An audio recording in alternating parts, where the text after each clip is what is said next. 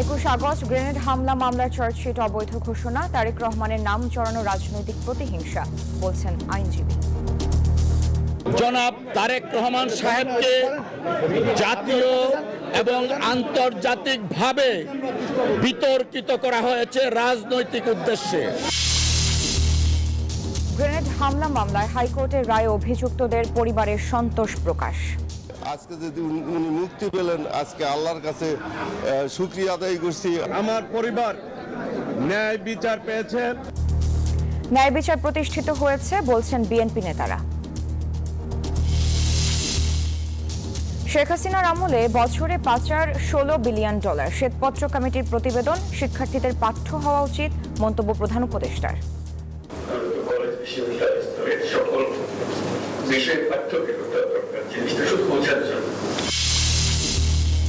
সরকারি লোকজনের আচরণে বদল চায় মানুষ, মন্তব্য জনপ্রশাসন সংস্কার কমিশন প্রধানের। এ মাসে আসছে কাঠামো পরিবর্তনের সুপারিশ।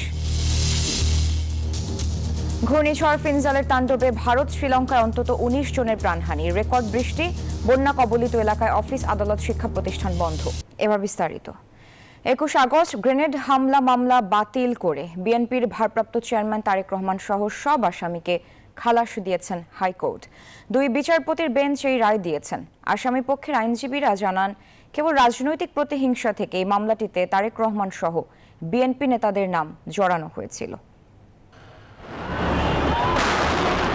2004 সালের 21 আগস্ট বঙ্গবন্ধু এভিনিউয়ে আওয়ামী লীগের সমাবেশে ভয়াবহ গ্রেনেড হামলায় নিহত হন আওয়ামী লীগের নারী বিষয়ক সম্পাদক আইভি রহমান সহ 24 জন। স্মরণকালে সেই ভয়াবহ গ্রেনেড হামলা মামলায় 2018 সালের 10 অক্টোবর 19 জনকে মৃত্যুদণ্ড, বিএনপির ভারপ্রাপ্ত চেয়ারম্যান তারেক রহমান সহ 19 জনকে যাবজ্জীবন ও 11 জনকে বিভিন্ন মেয়াদে কারাদণ্ড দেন আদালত। এ ঘটনার প্রায় 20 বছর পর মামলার সকল নথি বাতিল করে সকল আসামিকে খালাস দিলেন হাইকোর্ট।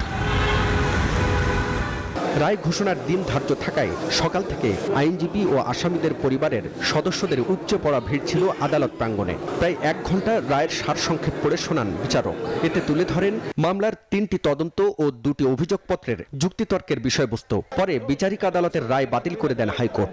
আসামিদের সমস্ত আসামিদেরকে মাননীয় আদালত খালাস করে দিয়েছেন, ইনক্লুডিং নন অ্যাপিলিং অ্যাকিউজ, অর্থাৎ তারেক রহমান সাহেব এবং যারা যারা কাজী কায়কোবাদ এবং অন্যান্য যারা আপিল করতে পারেননি তাদেরকেও এটা উনি খালাস দিয়েছেন। আমরা কোর্টের কাছে কৃতজ্ঞ।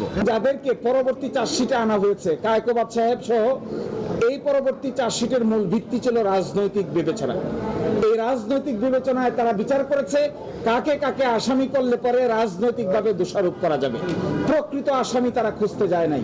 এ রায়ের ফলে ন্যায় বিচার প্রতিষ্ঠিত হয়েছে উল্লেখ করে বিএনপির আইনজীবীরা বলেন, কেবলমাত্র রাজনৈতিক উদ্দেশ্যে এই মামলায় বিএনপির ভারপ্রাপ্ত চেয়ারম্যান তারেক রহমান সহ নিরপরাধ ব্যক্তিদের আসামি করা হয়েছিল। রাষ্ট্রযন্ত্রকে ব্যবহার করে নিজের রাজনৈতিক উদ্দেশ্যকে সাধন করার জন্য জনাব তারেক রহমান সাহেবকে এই মামলায় সম্পৃক্ত করা হয়। It's a political revenge, it's a political vendetta, and it's a political sabotage. ইয়া পরিবারকে রাজনীতি থেকে চিরবিদায়ের জন্য ছিল এই সরকার ছিল প্রতিশোধ পরায়ণ এবং তারা এটাকে ব্যবহার করেছে। এদিকে রায়ের পূর্ণাঙ্গ কপি পাওয়ার পর আপিলের বিষয়ে সিদ্ধান্ত নেয়ার কথা জানিয়েছেন অ্যাটর্নি জেনারেল। 21 আগস্ট গ্রেনেড হামলা মামলার ডেথ রেফারেন্স, আসামিদের আপিল ও জেল আপিলের উপর হাইকোর্টে গত 31 অক্টোবর শুনানি শুরু হয়। দেশে যে বড় বড় সহিংসতার ঘটনাগুলো ঘটেছে তার অন্যতম 21 আগস্ট গ্রেনেড হামলা। এই ঘটনার 20 বছর পরে এসে সাজাপ্রাপ্ত সকল আসামিকে খালাস দিয়ে নতুন নজির স্থাপন করলেন দেশের সর্বোচ্চ আদালত। একই সাথে 2টি গুরুত্বপূর্ণ প্রশ্ন এখন গোটা দেশবাসীর সামনে। একটি, নিরপরাধ মানুষকে কিভাবে একটি মামলায় ফাঁসানো হয়, অপরটি, এই ঘটনার প্রকৃত দোষী যারা তাদের খুঁজে বের করে কিভাবে বিচারের মুখোমুখি করা হবে, সেই প্রশ্ন এখন সবার। Habibul Islam Habib, News 24, Dhaka. 21 August grenade হামলা মামলার রায় খুশি অভিযুক্তদের পরিবারের সদস্যরা। তারা বলছেন, এই রায়ের মধ্য দিয়ে ন্যায় বিচার প্রতিষ্ঠিত হয়েছে, যা আদালতের উপর মানুষের আস্থা ফেরাবে। আইনজীবীর সঙ্গে উচ্চ আদালত প্রাঙ্গণে কলেজ পড়ুয়া শিক্ষার্থী সাফা জুমাইনা, যার বাবা মোহাম্মদ জাহাঙ্গীর 21 আগস্ট গ্রেনেড হামলা মামলায় 16 বছর ধরে গ্রেফতার। মাত্র 4 মাস বয়সে জীবন থেকে বাবাকে হারিয়েছিলেন। আদালতের রায়ে এবার ফিরে পেলেন নির্দোষ পিতাকে। আমি যখন একেবারে ছোট 4 মাস যখন বয়স আমার, আমি কথা বলতেও পারতাম না, কথাও শিখিনি, আব্বুকে চিনতামও না, ডাকতেও পারতাম না। তখন থেকে আমার আব্বু নাই। আমি জন্মের পর থেকে আমার বাসায় কখনো আমার আব্বুকে দেখিনি। সকাল থেকেই আদালতে ভিড় করেন 21 আগস্ট গ্রেনেড হামলা মামলার অভিযুক্ত অনেকের স্বজন। আদালতের রায় ঘোষণার পর সবার মুখেই ছিল স্বস্তির হাসি। 18 বছর কারাগারে অন্ধকার কারাগারে ছিলেন, তার জন্য আজকে যদি উনি মুক্তি পেলেন, আজকে আল্লাহর কাছে শুকরিয়া আদায় করছি। তারা বলছেন এই রায় আদালতের ওপর মানুষের আস্থা ফেরাবে। একই সঙ্গে প্রিয় স্বজনকে যারা মিথ্যা মামলায় এতদিন কারাগারে পাঠিয়েছিলেন, বিচার চাইলেন তাদেরও। 2018 সালের যে রায় হয় সেখানে আমরা আমাদের ন্যায় বিচার, প্রত্যাশিত বিচার আমরা পাইনি। দেশের পট পরিবর্তনে আমরা ন্যায় বিচার পেলাম। যাদের রক্তের বিনিময়ে আজকে আমরা এই দ্বিতীয় স্বাধীনতা পাওয়ার পরে এই মুক্তি পেয়েছি, তাদের পরিবারের প্রতি আমরা কৃতজ্ঞ। আমার পরিবার ন্যায় বিচার পেয়েছে। আমার ভাই দীর্ঘ 17 বছর ধরে একটি মিথ্যা মামলায় জেলে ছিলেন। 2004 সালের 21 আগস্ট তৎকালীন বিরোধী দল আওয়ামী লীগের সমাবেশে গ্রেনেড হামলার ঘটনায় নিহত হন 24 জন। যে মামলায় 19 জনকে মৃত্যুদণ্ড দিয়েছিলেন আদালত। Sajal Das, News 24, Dhaka. 21 August grenade হামলা মামলা আপিল বিভাগের রায়ে ন্যায় বিচার প্রতিষ্ঠিত হয়েছে, এমনটাই মন্তব্য বিএনপি নেতাদের। রাজধানীতে আলাদা কয়েকটি অনুষ্ঠানে তারা কথা বলেন। তারা বলেন, রাজনৈতিক প্রতিহিংসার কারণে রাষ্ট্রযন্ত্রকে ব্যবহার করে মামলাটিতে বিএনপির ভারপ্রাপ্ত চেয়ারম্যান তারেক রহমান সহ অন্যদের সাজা দেওয়া হয়েছিল। সাইফুল ইসলামের রিপোর্টে দেখুন বিস্তারিত। জাতীয় প্রেসক্লাবের স্বাধীনতা ফোরামের অনুষ্ঠানে যোগ দেন বিএনপির স্থায়ী কমিটির সদস্য মির্জা আব্বাস। 21 আগস্ট গ্রেনেড হামলা মামলার হাইকোর্টের রায় প্রসঙ্গে তিনি বলেন, আওয়ামী লীগ রাজনৈতিক উদ্দেশ্যে বিএনপি নেতাদের মামলায় জড়িয়েছিল। সেই হামলাটা ছিল পরিকল্পিতভাবে কোন বিদেশি শক্তির দ্বারা। সেই গ্রেনেড হামলা কখনোই বিএনপি ইনভলভ ছিল না। বিগত দিনগুলোতে আমরা ন্যায় বিচার পাই নাই। বিএনপির স্থায়ী কমিটির সদস্য ডাক্তার এজেডএম জাহিদ হোসেন বলেন, হাইকোর্টের রায়ে প্রমাণিত হয়েছে তারেক রহমানকে অন্যায়ভাবে সাজা দেওয়া হয়েছিল। জাতীয়তাবাদী মুক্তিযুদ্ধের প্রজন্ম দলের প্রতিষ্ঠাবার্ষিকী উপলক্ষে সাবেক রাষ্ট্রপতি জিয়াউর রহমানের সমাধিতে শ্রদ্ধা জানিয়ে একথা বলেন তিনি। হাইকোর্ট সেই সমস্ত রায় খারিজ করে দিয়েছে। অর্থাৎ আইন যখন তার নিজস্ব গতিতে চলে, তখন সত্যিকার অর্থে মানুষ আইনের সেবা পায়। বাংলাদেশ জাতীয়তাবাদী দলের ভারপ্রাপ্ত চেয়ারম্যান সসম্মানে বাংলাদেশে ফেরত আসবে, এটি দেশবাসী আশা করে এবং আমরা প্রত্যাশা করি। এদিকে নয়াপল্টনে দলের কেন্দ্রীয় কার্যালয়ে সংবাদ সম্মেলন করেন বিএনপির সিনিয়র যুগ্ম মহাসচিব রুহুল কবির রিজভী। তাৎক্ষণিক প্রতিক্রিয়া জানান 21 আগস্ট গ্রেনেড হামলা মামলার রায় নিয়ে। আমি মনে করি যে আপিল বিভাগ যথার্থ বিচার করেছেন, ন্যায় বিচার হয়েছে এবং আমরা দীর্ঘদিন রাজনৈতিক সংগ্রাম এবং ন্যায় বিচারের জন্য যে সংগ্রাম করেছি তার কিছুটা হলেও আজকে প্রতিফলন হয়েছে। এই বিচার হয়নি আওয়ামী লীগের আমলে, কারণ তার বড় প্রমাণ হচ্ছে আওয়ামী লীগ একজন লোককে নিয়ে কাহার আকান্তকে নিয়ে যেদিন তাকে তদন্তকারী অফিসার বানালো, সেদিনই বোঝা গেছে যে সরকারের অশুভ একটি মনোভাব রয়েছে। তিনি অভিযোগ করেন, শেখ হাসিনার পতন মেনে নিতে না পারায় ভারতের ক্ষমতাসীন বিজেপি বাংলাদেশে কথিত সংখ্যালঘু নির্যাতন নিয়ে অপপ্রচার চালাচ্ছে, তার নীল নকশা করছে। সাইফুল ইসলাম, নিউজ 24, ঢাকা। 15 বছরে শেখ হাসিনার সরকার প্রতি বছর গড়ে $16 বিলিয়ন পাচার করেছে। বিগত সরকারের অর্থনৈতিক দুর্নীতি অনুসন্ধানে গঠিত কমিটির রিপোর্টে এমন তথ্য উঠে এসেছে। এই রিপোর্টকে যুগান্তকারী প্রতিবেদন হিসেবে উল্লেখ করে প্রধান উপদেষ্টা ডক্টর মোহাম্মদ ইউনূস বলেছেন, জুলাই বিপ্লবের অর্থনৈতিক ব্যাখ্যা উঠে এসেছে এখানে। এই শ্বেতপত্র শিক্ষার্থীদের পাঠ্য হওয়া উচিত। বিগত সরকারের অর্থনৈতিক দুর্নীতির অনুসন্ধান করতে অর্থনীতিবিদ দেবপ্রিয় ভট্টাচার্যের নেতৃত্বে কমিটি গঠন করে দিয়েছিল অন্তর্বর্তী সরকার। 3 মাস অনুসন্ধানের পর সে প্রতিবেদন বা শ্বেতপত্র প্রধান উপদেষ্টা ডক্টর মোহাম্মদ ইউনূসের কাছে হস্তান্তর করা হয় রোববার। শ্বেতপত্রের সারমর্ম তুলে ধরে এর সঙ্গে সংশ্লিষ্টরা জানান, বিগত সরকারের দুর্নীতি, অর্থ পাচার এবং অর্থ কারচুপি আতঙ্কিত হওয়ার মতো। বাংলাদেশের এই উন্নয়নের পয়েন্টেই কিন্তু একটা রাজনৈতিক প্রচারণার সবচেয়ে বড় অংশ হিসেবে হিসেবে ছিল, এইটারই সেই অর্থে যথার্থতাই আমরা উন্মোচন করার চেষ্টা করেছি। বৈদেশিক মুদ্রার রিজার্ভ ধসে পড়েছে, সংকটের সুযোগ নিয়ে মুদ্রা বাজার দখল হয়েছে, সরকারি অভ্যন্তরীণ এবং বিদেশি ঋণের বোঝা বেড়েছে, অনেক মোটা অঙ্কের ঋণ থেকে অর্থের মূল্য পাওয়া যায়নি। একটা বড় টাকা বাইরে চলে গেছে। আমরা একটা হিসাব করেছি যে এটা প্রায় $16 বিলিয়ন পরে এটা গিয়েছে। ট্রেড বেস মানি লন্ডারিং বেশি হয়েছে। শ্বেতপত্রটিকে একটি ঐতিহাসিক দলিল বলে উল্লেখ করেন ডক্টর মোহাম্মদ ইউনূস। এটা শিক্ষা ব্যবস্থার সকল স্তরে, কলেজ বিশ্ববিদ্যালয় স্তরে সকল বিষয়ের পাঠ্যকে দরকার, জিনিসটা শুধু বোঝার জন্য যে এটা কিভাবে হয়, কেন হয়, এটাকে জানার জন্য। বিগত সরকারের লুণ্ঠনের ঘটনায় ভয় পেয়ে নীরব ছিল অর্থনীতি পর্যবেক্ষণকারী প্রতিষ্ঠানগুলো, মন্তব্য করেন প্রধান উপদেষ্টা। এটা ঐতিহাসিক দলিল। জুলাই অভ্যুত্থানের অর্থনৈতিক ব্যাখ্যা এর মধ্যে পাওয়া যায়। আমি আনন্দিত এটা জেনে যে এই কাজটা করতে গিয়ে একটা বৃহৎ পেশাজীবী গোষ্ঠীর সাথে আলাপ আলোচনা করা হয়েছে এবং তৃণমূল পর্যায়ে পিছিয়ে পড়া জনগোষ্ঠীর অভিমত গ্রহণ করা হয়েছে। কমিটির প্রধান ডক্টর দেবপ্রিয় ভট্টাচার্য জানিয়েছেন, এই প্রতিবেদন তৈরিতে সরকারের কোনো রকম হস্তক্ষেপ ছিল না। শাহ আলী জয়, নিউজ 24, ঢাকা। 10 দিনের সফরে সস্ত্রীক লন্ডনে পৌঁছেছেন বিএনপি মহাসচিব মির্জা ফখরুল ইসলাম আলমগীর। স্থানীয় সময় শনিবার বিকালে বাংলাদেশ বিমানের একটি ফ্লাইটে হিথ্রো বিমানবন্দরে পৌঁছান তিনি।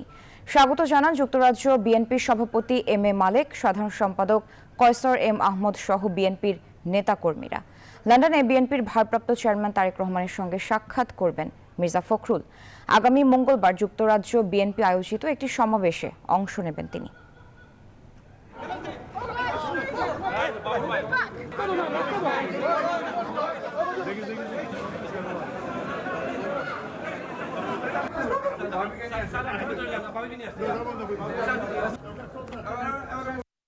দুই নেতার সাথে একে অন্যের সাথে নিশ্চয়ই কৌশল বিনিময় হবে, আলোচনা হবে এবং যুক্তরাজ্য বিএনপি আমরা অতি আগ্রহে, অতি উৎসাহ নিয়ে আমরা আজকে এখানে শত শত নেতাকর্মী এখানে আমাদের অঙ্গ সংগঠন আমরা আসছি। মহাসচিবকে নিয়ে যুক্তরাজ্য বিএনপি একটা বিশাল আয়োজন করবে রয়্যাল রিজেন্সি হলে এবং তার সাথে সাথে মহাসচিবকে নিয়ে কমিউনিটির নেতৃবৃন্দ, সাংবাদিক, বিভিন্ন মহলের সাথে মত বিনিময় হবে। সাভার উপজেলা নির্বাহী অফিস ও ভূমি অফিসে তালা ঝুলিয়ে দিয়েছেন বৈষম্য বিরোধী ছাত্র আন্দোলনের কর্মীরা। উপজেলার সহকারী কমিশনার রাসেল ইসলাম নূরের অপসারণ ও গ্রেফতারের দাবি করছেন তারা। এ বিষয়ে আরও জানাতে যোগ দিচ্ছেন সহকর্মী নাজমুল হুদা। নাজমুল, এখনো কি আন্দোলন চলছে? সেখানকার সবশেষ পরিস্থিতি সম্পর্কে আমাদের জানাবেন।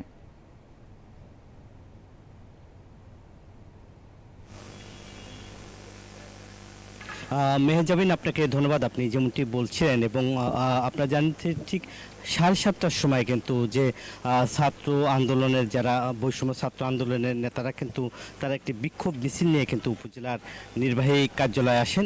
সেখানে কিন্তু 2 ঘন্টা তারা অবস্থান করে এখানকার আন্দোলনরত শিক্ষার্থীরা। তারা বলছে ইয়ামিন এবং গণহত্যা, ছাত্র জনতার যাকে গণহত্যা চালিয়েছেন সেই গণহত্যা যে এখানকার যে উপজেলার ভূমি সহকারী কমিশনার তিনি জড়িত তারা বলছেন এবং রাষ্ট্রীয় কাজে যারা কাজ করতে যাতে না পারে সে কারণে কিন্তু আসলে তারা বিক্ষোভ মিছিল নিয়ে কিন্তু তারা অবস্থান করেছেন এবং তাকে অপসারণের দাবি করেছেন। এছাড়াও কিন্তু অপসারণের জন্য এবং তাকে গ্রেপ্তারের দাবিতে কিন্তু তারা বিক্ষোভ করেছেন এবং উপজেলা নির্বাহী যে কার্যালয়, তারা প্রশাসনিক যে ভবন, সেই ভবনে তারা তালা ঝুলিয়ে দিয়েছে। এরপর পরেই কিন্তু বিক্ষোভ মিছিল নিয়ে উপজেলার যে ভূমি সহকারী কমিশনার তার কার্যালয়ে কিন্তু তালা ঝুলিয়ে দিয়েছে আন্দোলনরত শিক্ষার্থীরা। তারা দাবি করছেন এবং তারা বলছেন যে এখানকার যে তারা বলছে যে যতক্ষণ পর্যন্ত তাকে গ্রেপ্তার না করা হবে, অর্থাৎ তাদের গ্রেপ্তার এবং অপসারণের আলটিমেটাম দিয়েছে সকাল 10টার মধ্যে, কিন্তু তাদেরকে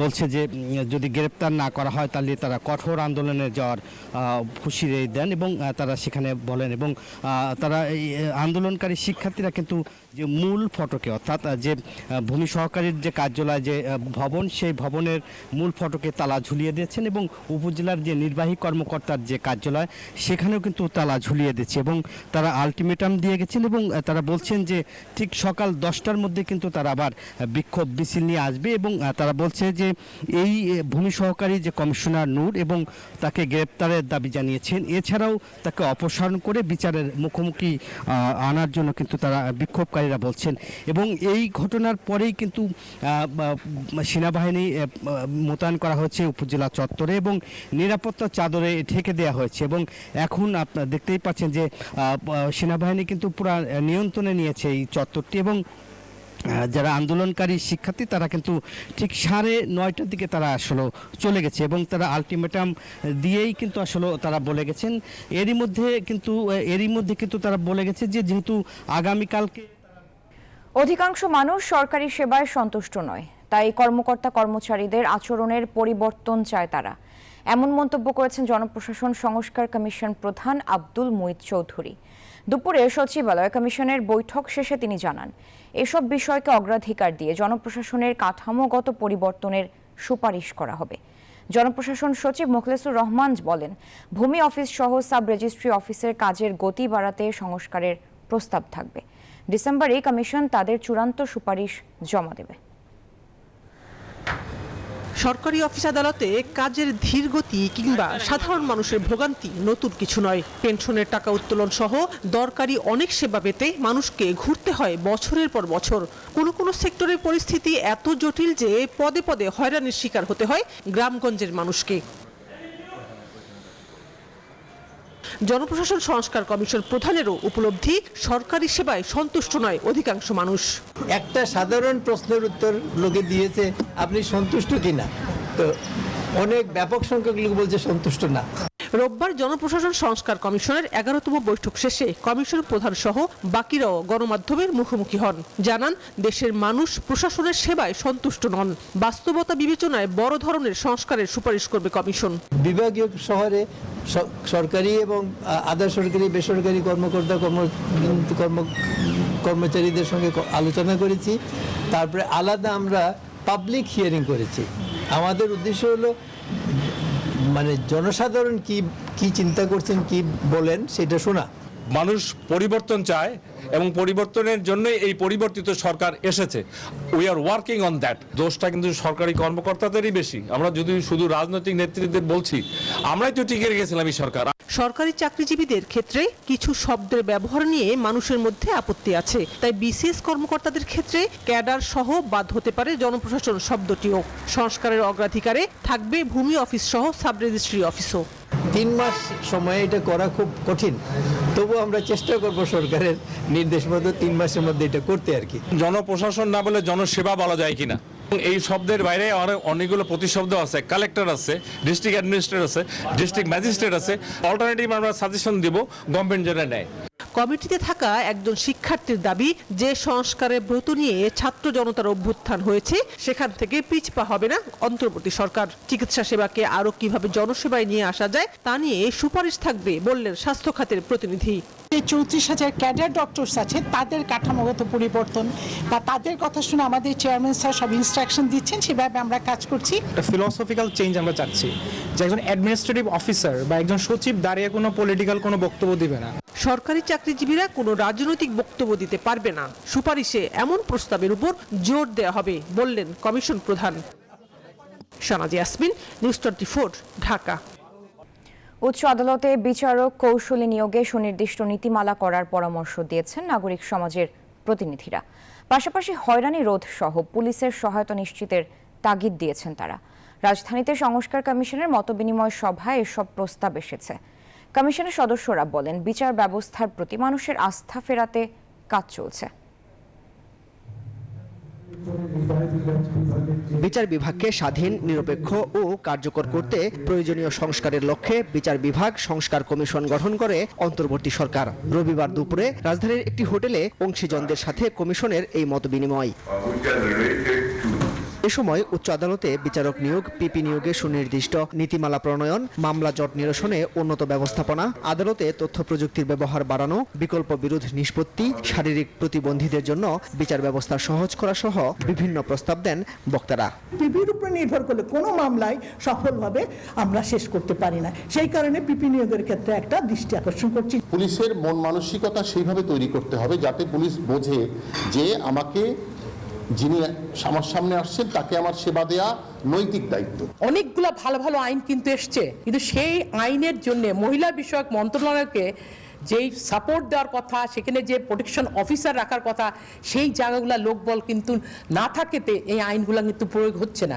পরে সংবাদ সম্মেলনে কমিশন সদস্য বলেন, বিচার ব্যবস্থার প্রতি মানুষের আস্থা ফেরাতে কাজ করছে কমিশন। সংশ্লিষ্ট সবার সহযোগিতাও চান তিনি। শুধু ঘোষণা দিয়ে স্বাধীনতা হয় না, এটার জন্য অনেক আয়োজন লাগে, অনেক কর্মতৎপরতা লাগে, সেটা প্রাতিষ্ঠানিক তৎপরতা প্রয়োজন,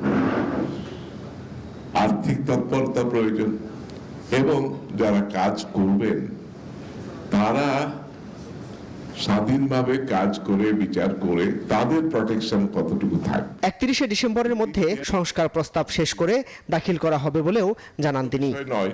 আমার অপিনিয়নের বিষয়। মাসুদ সুমন, নিউজ 24, ঢাকা।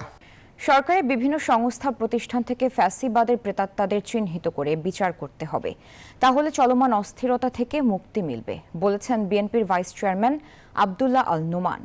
বিকালে চট্টগ্রামে এক কর্মী সমাবেশে তিনি বলেন, এখনো ফ্যাসিবাদের দোসররা বহাল তবিয়তে রয়েছে। অবিলম্বে দুর্নীতি দমন কমিশন পুনর্গঠন করে লুটপাটে জড়িতদের বিচারের আওতায় আনার তাগিদ দেন এই বিএনপি নেতা। মোংলা বন্দরের ৭৪তম প্রতিষ্ঠা বার্ষিকীতে বসুন্ধরা গ্রুপের দুটি প্রতিষ্ঠান Togi shipping and logistics limited ও বসুন্ধরা মাল্টি ট্রেডিং লিমিটেডকে সম্মাননা প্রদান করেছে বন্দর কর্তৃপক্ষ। দুপুরে বন্দর জেটির স্টাফিং অ্যান্ড আনস্টাফিং শেডে প্রতিষ্ঠা বার্ষিকী অনুষ্ঠানে টগি শিপিং অ্যান্ড লজিস্টিক্স লিমিটেডের head of department captain Mohammad Mahbubul আলমের হাতে সম্মাননা ক্রেস্ট তুলে দেন মোংলা বন্দরের কর্তৃপক্ষের chairman rear admiral Shahin Rahman. এ সময় ক্যাপ্টেন মোহাম্মদ মাহবুবুল আলম জানান, বসুন্ধরা গ্রুপের অব্যাহত সাফল্য ও দেশের উন্নয়নে অবদান রাখার এই ধারাবাহিকতায় 23-24 অর্থ বছরে Toggi shipping and logistics limited Mongla বন্দরের মাধ্যমে 50টি মাদার ভেসেল পরিচালনা করেছে। একইভাবে বসুন্ধরা মাল্টি ট্রেডিং লিমিটেড গত 2023-24 অর্থ বছরে সর্বাধিক কয়লা আমদানিকারক হিসেবে সেরা আমদানিকারক প্রতিষ্ঠানের সম্মাননা পেয়েছে।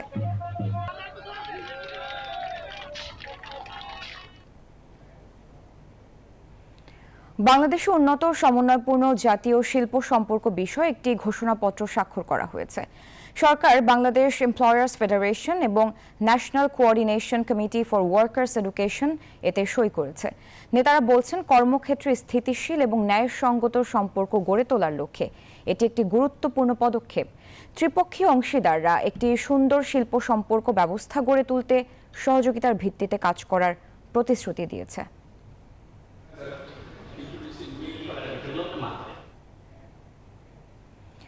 মার্কুইস পাম্পস ও স্যানিটারি ওয়্যারের ডিলার মিট 2024 অনুষ্ঠিত হয়েছে। রাজধানীর একটি হোটেলে সারা দেশ থেকে আসা প্রায় 400 ডিলার এতে অংশ নেন। প্রধান অতিথি ছিলেন এমিএল গ্রুপের চেয়ারম্যান ইঞ্জিনিয়ার জওয়াহিরুল গনি। আরও ছিলেন নিংবো মার্কুইস হাইটেকের ভাইস প্রেসিডেন্ট নি গোমিং। অংশ নেন টিমস ইন্টারন্যাশনাল গ্রুপের general manager Wang Weixing, water পাম্পের Bangladesh country manager Wang Fei. এছাড়া স্যানিটারি ওয়্যারের Bangladesh country manager Mao Jianing সহ কোম্পানির ঊর্ধ্বতন কর্মকর্তারা উপস্থিত ছিলেন।